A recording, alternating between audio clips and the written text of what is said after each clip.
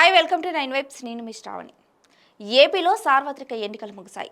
25 లోక్సభ స్థానాలతో పాటు 175 అసెంబ్లీ స్థానాలకు ఒకే విడతలో ఈసీ ఎన్నికలు నిర్వహించింది. మే 13న పోలింగ్ భారీ ఎత్తున జరిగింది.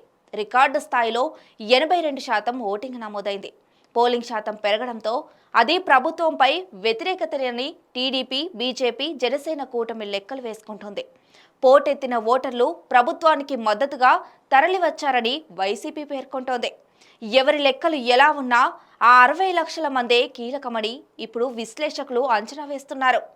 రాష్ట్రంలో పేద, ధనిక, మధ్యతరగతి ప్రజలున్నారు. ధనికులు విపక్ష కూటమి వైపు మొగ్గు చూపినా పేదలు వైసీపీ వైపు మొగ్గినట్లు పోలింగ్ సరళి బట్టి విశ్లేషకులు అంచనా వేస్తున్నారు. అయితే మధ్యతరగతి ప్రజలు ఎటువైపు ఉన్నారనేది మాత్రం ఇప్పుడు చాలా కీలకంగా మారింది. ఏపీలో 60 లక్షల మంది మధ్యతరగతి కుటుంబాలు ఉన్నాయి.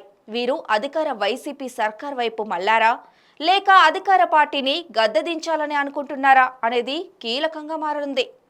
రాష్ట్రంలో పేదలతో పాటు మధ్యతరగతి ప్రజలకు కూడా వైసీపీ సర్కార్ సంక్షేమ పథకాలు అందిస్తోంది.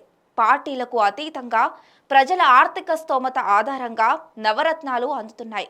ఇళ్ల పట్టాలు, ఇళ్ల నిర్మాణం, అమ్మఒడితో పాటు రైతు భరోసా, పెన్షన్లు, అనేక పథకాలు అందుతున్నాయి. వీరంతా తమకు 5 ఏళ్లు మేలు జరిగిందని భావిస్తే వారు వైసీపీ వైపు మొగ్గు చూపుతారని అంటున్నారు. అయితే ఈ పథకాలు చంద్రబాబు కూడా కొనసాగిస్తానని ప్రకటించారు. వారి లబ్ధి పెంచుతామని కూడా మేనిఫెస్టోలో పేర్కొన్నారు. దీంతో మధ్యతరగతి వారు పథకాలు కొనసాగుతాయి కాబట్టి అధికారం మార్చాలని భావిస్తే టీడీపీ అధికారంలోకి వచ్చే అవకాశం ఉంటుంది. ఇలాంటి మరిన్ని అప్డేట్స్ కోసం చూస్తూనే ఉండండి 9 వైబ్స్.